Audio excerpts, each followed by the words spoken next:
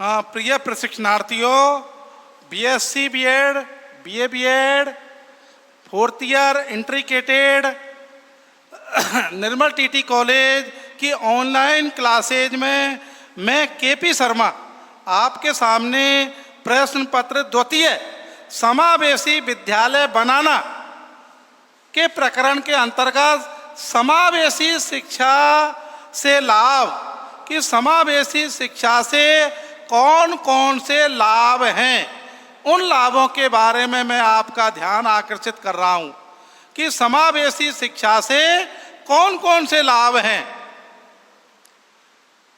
देखिए, इसमें मुख्य रूप से समावेशी शिक्षा के अंतर्गत 6 लाभ मुख्य रूप से पाए जाते हैं।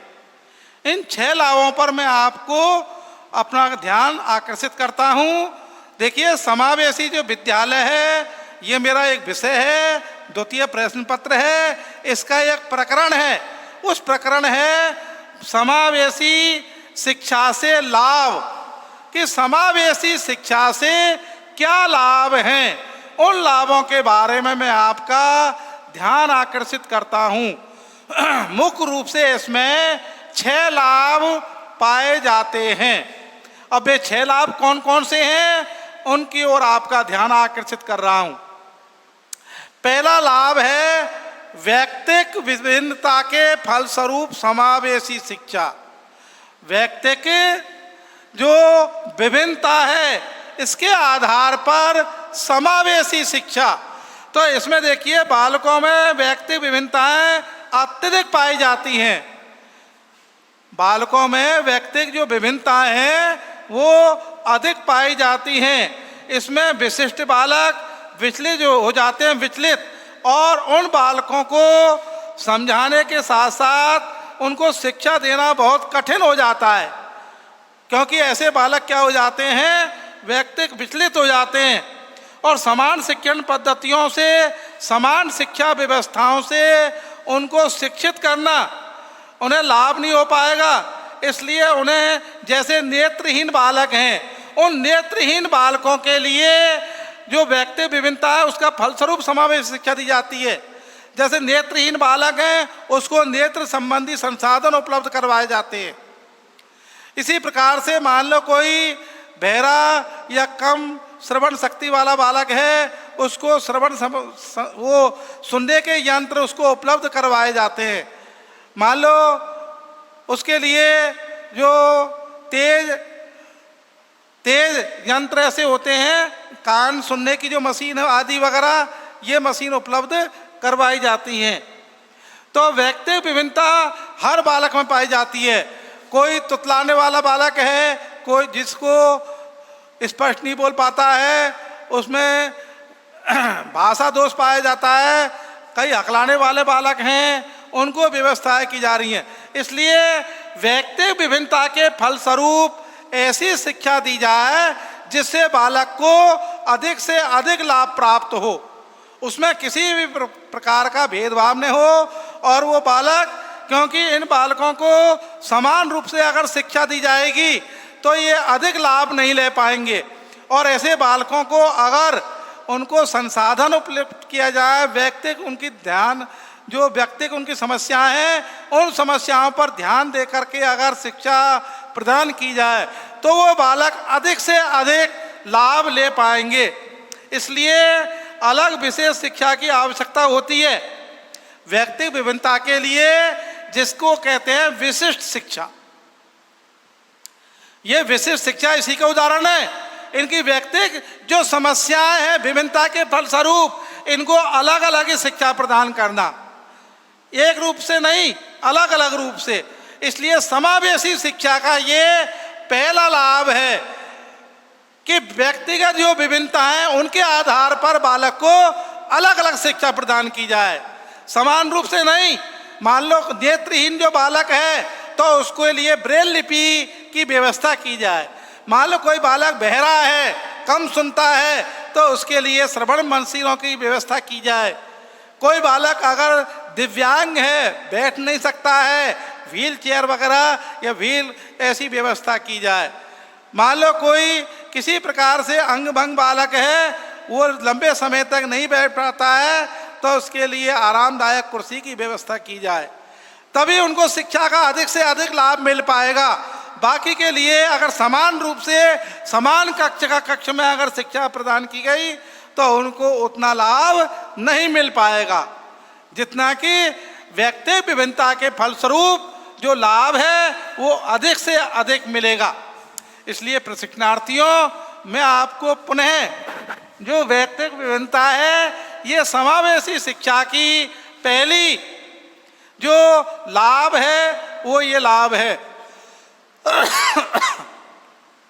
अब आता है नंबर 2, विशिष्ट बालकों की समस्याओं को समझने के लिए ये समावेशी शिक्षा है।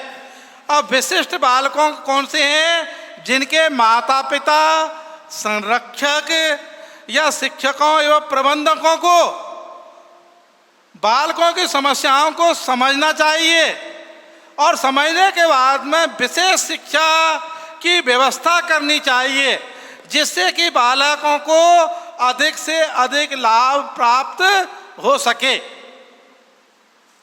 मैं पुनः आपको नंबर 2 को बता रहा हूं कि विशिष्ट बालकों की समस्याओं को समझने के लिए सबसे पहले माता पिता को, संरक्षक को, प्रबंध कमेटी को, प्रबंधन को, सरकार को, इन सभी को मिलकर के इनकी समस्याओं को समझने के लिए समावेशी शिक्षा की आवश्यकता होती है। इसलिए इनको समझ करके उपलब्ध करवाया जाए संसाधन, उसके बाद में इनको अधिक से अधिक इस लाभ से पहले समस्याओं को अवगत करें, फिर उनकी व्यवस्था करें। पहले तो समस्याओं को क्या करें? समझने के लिए अवगत करें, और समझने के बाद में जैसे ही फिर उस समस्याओं का निदान करें। अब निदान अकेले की बस की नहीं है, इसलिए मैं आपको पुनः पहले माता पिता, उसके बाद में संरक्षक, उसके बाद में प्रबंधक वगैरह होते हैं, उसके बाद में सरकार, राज्य सरकार, केंद्र सरकार, भामाशाह, किसी भी रूप में उनकी समस्याओं का समाधान किया जाए। फिर उनके लिए समावेशी शिक्षा के माध्यम से शिक्षा प्रदान की जाए, तो ऐसे बालकों के लिए अधिक से अधिक लाभ होगा। ऐसे बालकों के लिए अधिक से अधिक लाभ होगा और इस लाभ के आधार पर ही उनको क्रियान्वित किया जाएगा।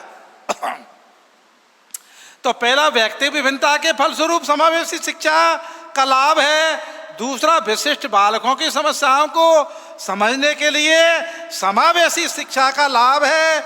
इसमें मुख्य रूप से माता पिता, संरक्षक, प्रबंधक, सरकारें, भामाशाह आदि का सहयोग लेकर के उनको पहले इनके लिए पहले समस्याओं का समझने के लिए इनका कोशिश की जाए, और जब समस्याएं इनकी समझ में आ जाए तो व्यवस्था की जाए। इसके बाद में आता है नंबर 3 कि देखिए, कुसमायोजित को दूर करने के लिए कुसमायोजित को दूर करने के लिए इसमें विशिष्ट बालकों को विशेष शिक्षा की आवश्यकता होती है। कुसमायोजित को दूर करने के लिए जो विशिष्ट बालक होते हैं, उन विशिष्ट बालकों के लिए विशिष्ट ही शिक्षा की आवश्यकता होती है। और वो विशिष्ट बालक किसी भी प्रकार से पाए जा सकते हैं, दिव्यांग रूप में, अपंग रूप में, और प्रगतिशील, होशियार, प्रतिभाशाली बालक, ऐसे जो सामान्य बालक से दूर हट करके हैं, जिनकी बुद्धि लब्धि या तो 90 से कम पाई जाती है और या 90 से बहुत अधिक 120, 110, 130, 40 तक पाई जाती है। ऐसे बालकों को विशिष्ट बालकों की श्रेणी में रखा जाता है। और विशिष्ट बालकों के लिए कुसमायोजित को दूर करने के लिए ऐसी व्यवस्थाएं की जाए, ऐसी शिक्षाएं प्रदान की जाए, जिससे कि, क्योंकि इनको समाज और परिवार में तिरस्कार किया गया है। आपने देखा होगा, जो अंग भंग विकलांग बालक हैं उनको समाज में सामान्य दृष्टि से नहीं देखा जाता है। वे दया के पात्र होते हैं कई जगह तो, और कई जगह तिरस्कार के पात्र होते हैं।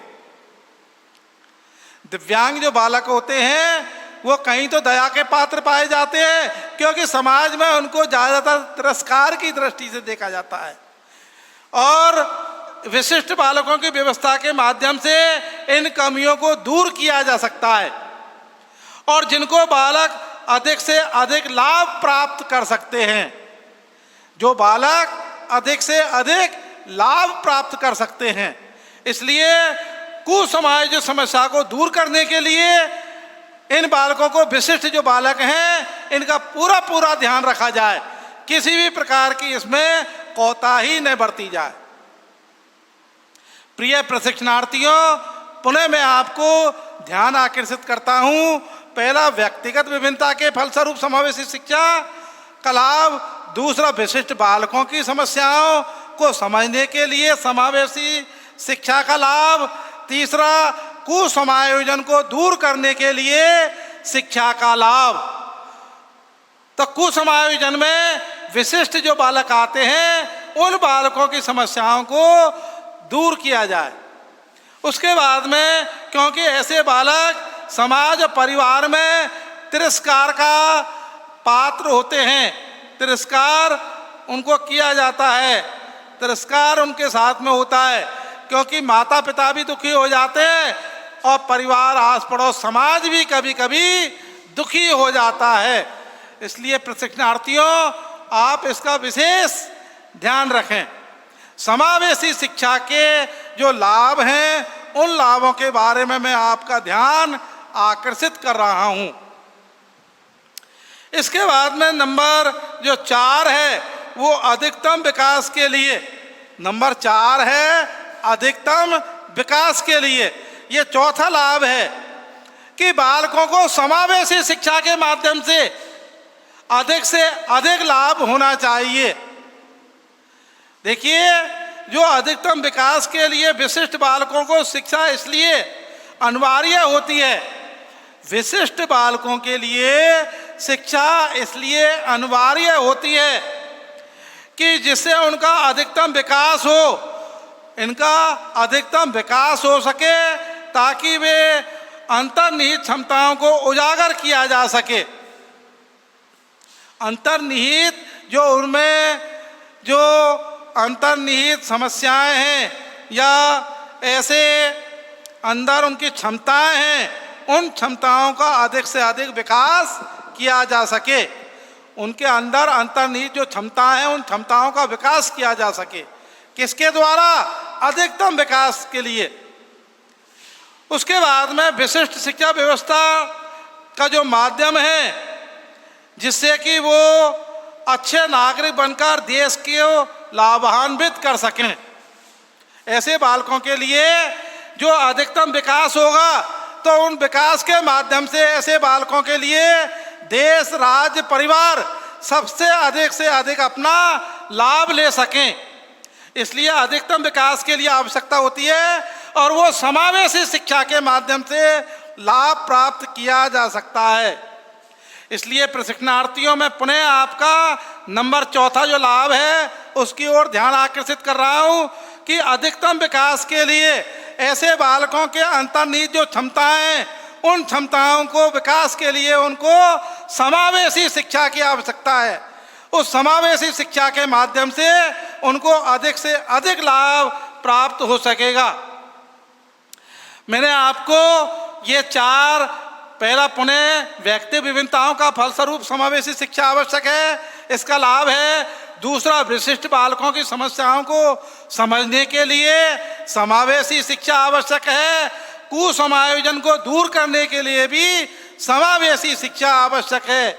उसके बाद में अधिकतम विकास के लिए भी समावेशी का अधिक से अधिक लाभ प्राप्त किया जा सकता है, क्योंकि विशिष्ट बालकों के लिए शिक्षा इसलिए अनिवार्य होती है कि उनमें अधिक से अधिक तम विकास हो सके और उनके अंदर जो अंतर्निहित क्षमताएं, उन क्षमताओं को पहचाना जा सके, उजागर किया जा सके।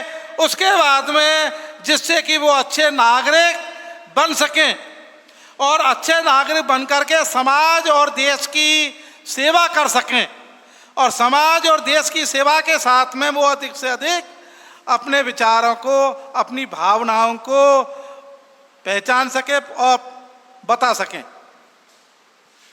इसके बाद में नंबर 5 आता है, कुंठा एवं ग्रंथियों को समाप्त करने के लिए भी समावेशी शिक्षा का लाभ है।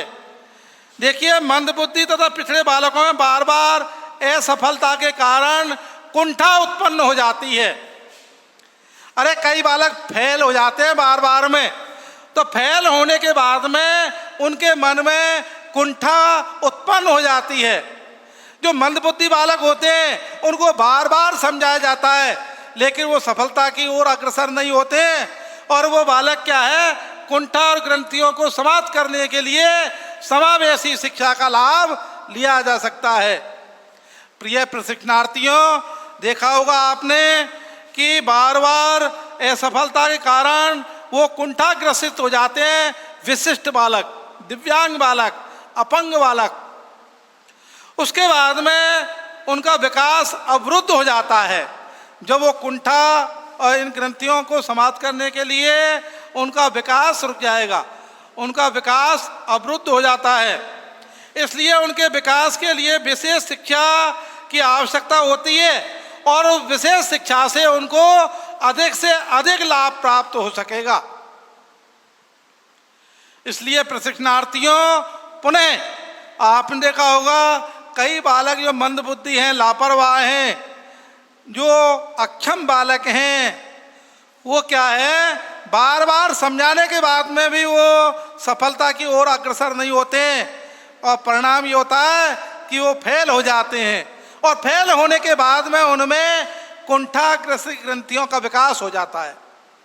वो कुंठित हो जाते हैं और शिक्षा से दूर भागने की कोशिश करते हैं। लेकिन नहीं, उनके लिए विशेष जो कुंठाग्रसित जो बालक हैं उनके विकास को अवरुद्ध होने से रोकने के लिए ऐसे बालकों के लिए विशेष शिक्षा की व्यवस्था की जाए, विशेष शिक्षा की व्यवस्था की जाए, और उनके लिए अधिक से अधिक लाभ मिल सकें, अधिक से अधिक लाभ मिल सके, इसके लिए उनकी व्यवस्था की जाए। कुंठा एवं ग्रंथियों को समाप्त करने के लिए समावेशी शिक्षा का लाभ लिया जा सकता है। इसलिए प्रशिक्षणार्थियों, मैं आपका ध्यान पुनः आकर्षित कर रहा हूँ कि कुंठा एवं ग्रंथियों को समाप्त करने के लिए जो समावेशी शिक्षा है, इसके लिए अधिक से अधिक इनको विशेष शिक्षा की आवश्यकता होती है, और विशेष शिक्षा की आवश्यकता उपलब्ध करवाने का इनको अधिक से अधिक लाभ लिया जा सकता है, लाभ मिल सके। उसके बाद में नंबर 6 आता है। नंबर 6 है, समस्यात्मक बालक न बने। अर्थात जो विशिष्ट बालक हैं वो विशिष्ट शिक्षा की उनको उचित व्यवस्था की जाए। जो विशिष्ट बालक हैं उन विशिष्ट बालकों के लिए विशिष्ट शिक्षा की व्यवस्था की जाए, जिससे कि वो बालक समस्यात्मक बालक न बने। जो विशिष्ट बालक होते हैं वही बालक समस्यात्मक बालक बनते हैं। इसलिए समस्यात्मक बालक न बने, इसके लिए जो विशिष्ट बालक हैं उन विशिष्ट बालकों के लिए विशिष्ट ही शिक्षा की व्यवस्था की जाए, जिससे कि वो समस्यात्मक बालक न बने। और इस समस्याओं के लिए विशेष शिक्षण व्यवस्था, उचित शिक्षक तथा वैज्ञानिक शिक्षण विधियों का प्रयोग करके उनको अधिक से अधिक लाभ पहुंचाया जा सकता है। पुनः इसको रिपीट कर रहा हूं मैं कि समस्यात्मक बालकों के लिए इनके लिए विशेष शिक्षण की आवश्यकता होती है। विशेष शिक्षण के अलावा विशेष अध्यापकों की आवश्यकता होती है, और विशेष अध्यापकों के साथ में वैज्ञानिक जो शिक्षण विधियां हैं, नई नई जो शिक्षण तकनीकी हैं, उनकी आवश्यकता होती है।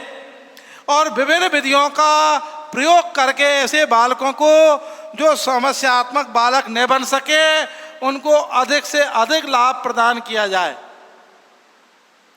उनको अधिक से अधिक लाभ प्रदान किया जाए।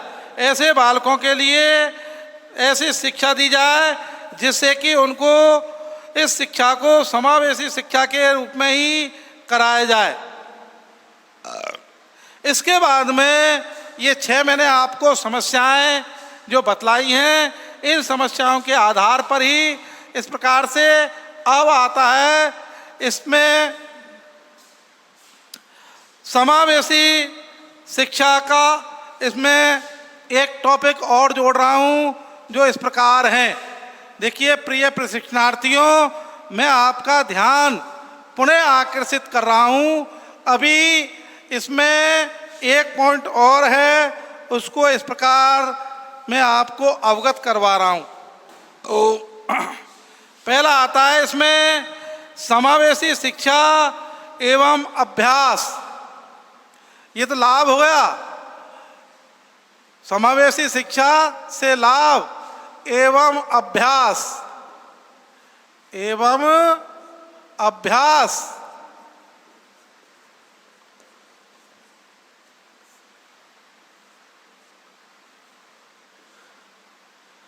अभ्यास, अब अभ्यास क्या है?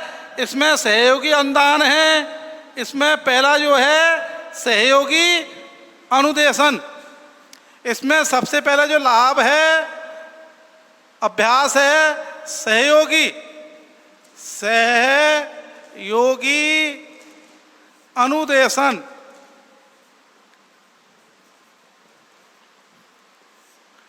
सहयोगी अनुदेशन, ये इसका पहला अभ्यास है। अब सहयोगी अनुदेशन है, इसमें सहयोगी अनुदेशन के लिए यह कार्य जिससे सहयोग के साथ साथ सकारात्मक वार्तालाप, इसमें सकारात्मक वार्तालाप, सकारात्मक, ये सहयोगी अनुदेशन में आती है। सकारात्मक इसमें वार्तालाप है, सलाह है, एडवाइज, सलाह है। उसके बाद में इसमें संचार से विकसित किया जा सकता है इसको, सहयोगी अनुदेशन को सकारात्मक वार्तालाप, सलाह व संचार, इनके माध्यम से इनको विकसित किया जा सकता है। वास्तव में कोई भी सहयोग उच्च किस्म की सलाह पर निर्भर करता है। देखिए जो सहयोग है ये अनुदेशन, सकारात्मक वार्तालाप, सलाह, संचार एवं सकारात्मक सोच पर ही निर्भर करता है।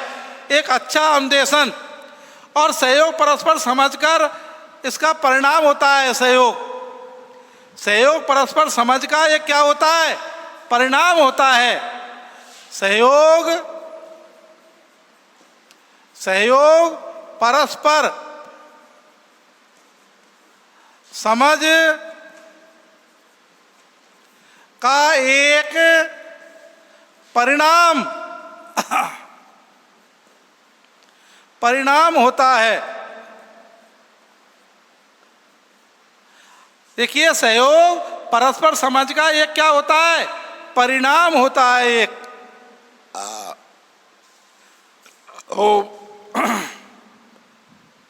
और सहयोग ये 2 प्रकार का होता है।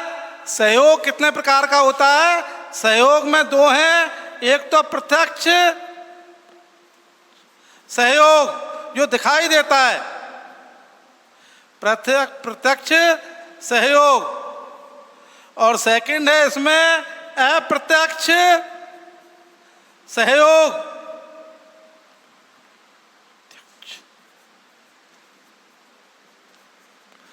प्रत्यक्ष सहयोग तो वो है जैसे आर्थिक उनको दे दी और इस प्रकार से कोई वस्तु वगैरह दे दी, तो ये प्रत्यक्ष जो दिखाई देता है सबको, दान पुण्य वगैरह, ये प्रत्यक्ष सहयोग है। अप्रत्यक्ष सहयोग ये है जो दिखाई नहीं देता है, उसको किसी प्रकार की गोपनीय सहायता देना, गोपनीय सहायता देना। जैसे कि सुदामा जी के लिए सहयोग किया था कृष्ण भगवान ने। उनको वास्तविकता में तो कुछ नहीं दिया, लेकिन जब वहाँ घर पहुँचे तो उनके लिए बहुत ही विशेष सहयोग दे दिया। इसलिए प्रत्यक्ष सहयोग दिखाई देता है, अप्रत्यक्ष सहयोग दिखाई नहीं देता है। इसके बाद में अप्रत्यक्ष सहयोग कक्षा से बाहर अध्यापकों द्वारा बालक की आवश्यकता पूर्ति के लिए योजना बनाने संबंध है। देखिए, यहाँ जो अप्रत्यक्ष सहयोग है वो अध्यापकों के द्वारा बालकों के लिए एक अच्छी योजना बनाना, एक्स्ट्रा क्लास वगैरह या उनको ऐसे एक्स्ट्रा नोट्स वगैरह देना, यह उनके लिए अप्रत्यक्ष सहयोग है। प्रत्यक्ष सहयोग तो यह है जो विशेष रूप से उनको प्रदान किया जाता है कक्ष में बालकों के लिए, और अप्रत्यक्ष सहयोग ऐसा है जो शिक्षण विधियों और इनके द्वारा सरलता से उनको समझाने के लिए दे दिया जाता है। ये अप्रत्यक्ष सहयोग है। इसमें देखिए, सहयोगी वातावरण में उन विचारों का विकास होता है जिन्हें सोचा नहीं जाता। सहयोगी जो वातावरण है उसमें ऐसा वो रखा जाता है जो कभी सोचा नहीं जाता। सहयोगी वातावरण में ऐसा वातावरण का विकास किया जाता है कि कभी सोचा ही नहीं जा सकता कि हमारे साथ में ऐसा हो जाएगा। कभी उनको उम्मीद नहीं थी और उस उम्मीद से भी परे जाकर के उनको सहयोग मिल गया है। सहयोगी संचार तंत्र या विकास अच्छे से होता है। देखिए, जब बालक को सहयोग मिल जाएगा तो बालक में आत्मनिर्भरता आएगी और उसमें एक तरह का संचार सलाह के द्वारा उनको सहयोग दे करके ऐसे बालकों के लिए सहयोग प्राप्त करने के बाद में उनमें उम्मीदें जागृत हो जाती हैं। उन उम्मीदों के जागृत होने के बाद में ऐसे बालकों के लिए जो सहयोग मिलता है वो इस प्रकार से मिलता है। सहयोग का वातावरण सृजित होता है। सहयोग का जो वातावरण है वो सृजित होता है। सहयोग का वातावरण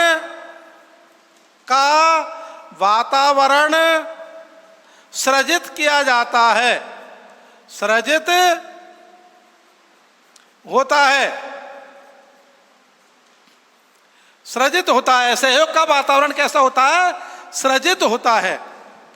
इसके बाद में सहयोग के वातावरण में विद्यार्थी एक दूसरे के सहयोग करना सीख जाते हैं। इस सहयोग के द्वारा, ये सहयोग अनुशासन है, इसमें बालक एक दूसरे का सहयोग करना सीख जाते हैं। मान लो किसी बालक पर कोई सवाल नहीं आ रहा है तो दूसरा बालक उसका सहयोग करता है कि नहीं, इस प्रकार से करिए, ऐसा करिए, और इसको ये सूत्र है, इस सूत्र के माध्यम से इसका समाधान किया जा सकता है। ये सहयोग है आपस में एक दूसरे का। एक बालक दूसरे बालक का सहयोग करता है। जो कमजोर बालक है, मंदबुद्धि बालक है, और प्रगतिशील जो बालक है, प्रतिभाशाली, वो उनका सहयोग करते हैं। अब आता है सहयोगी अनुशिक्षण। इसके बाद में इसमें नंबर 2 है सहयोगी अनुशिक्षण। सहयोगी अनुशिक्षण, इसको तो मिटा देते हैं। जो इसमें सहयोगी जो अनुशिक्षण है, इस शिक्षण के अंतर्गत वे सहयोगी अनुशिक्षण आते हैं जो बालकों के लिए एक अनुशिक्षण अधिगम किया जाता है। इसमें सहयोगी अनुशिक्षण में अधिगम प्रक्रिया की जाती है। अधिगम, और उस अधिगम यह प्रक्रिया विद्यालय में समावेशन को प्रोत्साहित करती है। क्या? अधिगम प्रक्रिया। और अधिगम जो प्रक्रिया है ये समावेशन को प्रोत्साहित करती है। इसमें समावेशन को प्रोत्साहित करती है। इसमें एक व्यक्ति जो वरिष्ठ या पुराना विद्यार्थी है वो विशेष अध्यापकों की भूमिका को निभाता है। ये सहयोगी अनुदेशन में जैसे मॉनिटर वगैरह, अरे एक कक्षा है, मान लो उसमें 20 बालक हैं और 20 बालक में जो सहयोगी अनुदेशन अधिगम होगा वो जो विशिष्ट बालक होगा, जो प्रगतिशील बालक होगा, वो बालक उसमें शिक्षक के उसमें सहयोग करता है। मान लो शिक्षक के पास में कार्य ज़्यादा है या अनुपस्थित हैं या किसी प्रकार से लंबे कुछ समय के लिए कक्षा में नहीं है, तो ऐसे बालक मॉनिटर के रूप में ये उनको भूमिका का निर्वाह करता है। सीखने वाला वह होता है जो निर्देशन ग्रहण करता है। निर्देशन ग्रहण करने वाला सीखने वाला होता है। अनुशिक्षण में क्या होता है, जो सीखने वाला होता है वो अनुदेशन करता, निर्देशन ग्रहण करता है। देखिए, इसमें एक बालक दूसरे बालक को एक एक कर पढ़ाते हैं और यह भेद आयु और उसके आधार पर होता है। मान लो कोई अष्टपुष्ट बालक है और अष्टपुष्ट बालक को गुरुजी ने कह दिया कि इसका ध्यान रखना है इन बालकों का, मैं अभी 2 मिनट में आ रहा हूं, तो वो अन्वेषण कर रहा है। अब वो बालक कक्ष में अपने उनको शांत रखता है और उनको सहयोग करता है, उनके लिए कुछ कार्य दे देता है कि आप ऐसा करिए, जब तक गुरुजी आ रहे हैं तब तक आप ऐसा करो। तो ये क्या है, सहयोगी अनुदेशन है, इसको सहयोगी अनुशिक्षण कहते हैं। तो देखिए, इसमें आयु भेद और प्रकार आयु के, जिस प्रकार से बालक सहयोगी अनुशिक्षण अपनाया जाता है, जो सहयोगी अनुशिक्षण है वो बालकों के द्वारा अपनाया जाता है। एक बालक दूसरे बालक को सहायता करता है। सहयोगी अनुशिक्षण के उद्देश्य हैं, इसमें सामाजिक और मनोवैज्ञानिक क्षेत्र पाए जाते हैं। इसमें सामाजिक क्षेत्र हैं और मनोवैज्ञानिक क्षेत्र, मनोवैज्ञानिक क्षेत्र, ये इसमें अनुशिक्षण में पाए जाते हैं। इसके बाद में ज्ञानात्मक क्षेत्र आता है इसके अंदर। अब ज्ञानात्मक जो क्षेत्र है वो इसी में आता है, ज्ञानात्मक क्षेत्र, ज्ञानात्मक क्षेत्र। अब ये ज्ञानात्मक क्षेत्र क्या है, इसके अंतर्गत देखिए ज्ञानात्मक कौशल सिखाना, जैसे वर्तनी हस्तलेखन, जैसे वर्तनी और हस्तलेखन, ये इसी के अंतर्गत आते हैं, वर्तनी और हस्तलेखन। इसके बाद में अनुशिक्षण को, अनुशिक्षक जो अनुशिक्षक होता है वो अनुशिक्षण को इसमें गतिविधियों को आरंभ करने से पहले ही विभिन्न प्रक्रियाओं के बारे में बता देता है पहले। उसके बाद में मुख्य रूप से इसमें 3 विषय, 3 प्रक्रियाओं को अपनाया जा सकता है। देखकर करने की प्रक्रिया, 3 प्रक्रिया है। 3 प्रक्रिया कौन कौन सी हैं? पहली है देखकर, देखकर करना, यह प्रक्रिया है अनुदेशन में, देख करके किया जाता है। इसमें देख करके करने की प्रक्रिया। दूसरी है परीक्षण शिक्षण, परीक्षण शिक्षण या परीक्षण प्रक्रिया। दूसरी है परीक्षण, परीक्षण प्रक्रिया। ये देख करके है, ये है परीक्षण के द्वारा और देख करके परीक्षण के द्वारा। इसके बाद में है युग्म अनुदेशन, जो आपस में जुड़ी हुई व्यवस्थाएं, युग्म परीक्षण।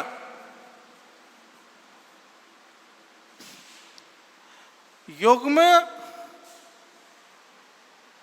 परीक्षण या इसको परीक्षण नहीं बोलेंगे, इसको बोलेंगे युग्म प्रशिक्षण प्रक्रिया। ये 3 प्रक्रियाएं इसके अंतर्गत आती हैं सहयोगी अनुदेशन के लिए। ये सहयोगी अनुदेशन है। इस सहयोगी अनुदेशन में 3 प्रक्रियाएं आती हैं। इस प्रकार से ये समावेशी शिक्षा से लाभ एवं अभ्यास।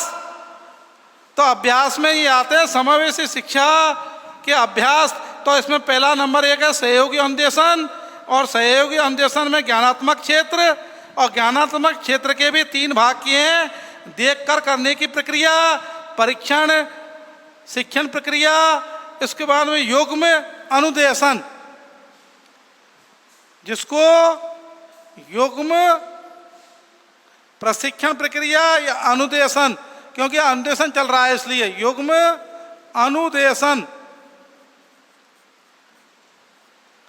अनुदेशन प्रक्रिया, ये जरा इंपॉर्टेंट है यहाँ पर। तो प्रिय प्रशिक्षणार्थियों, मैंने समावेशी शिक्षा से लाभ, ये 6 लाभ बताए थे आपको, और एक इसमें ये अभ्यास है। इस अभ्यास के माध्यम से आपको मैंने ये अवगत करवाया है। इसलिए आपको इस वीडियो में समावेशी शिक्षा से लाभ एवं अभ्यास के बारे में मैंने आपको इसमें अवगत करवाया है। इसके लिए आपको बहुत बहुत धन्यवाद, बधाई।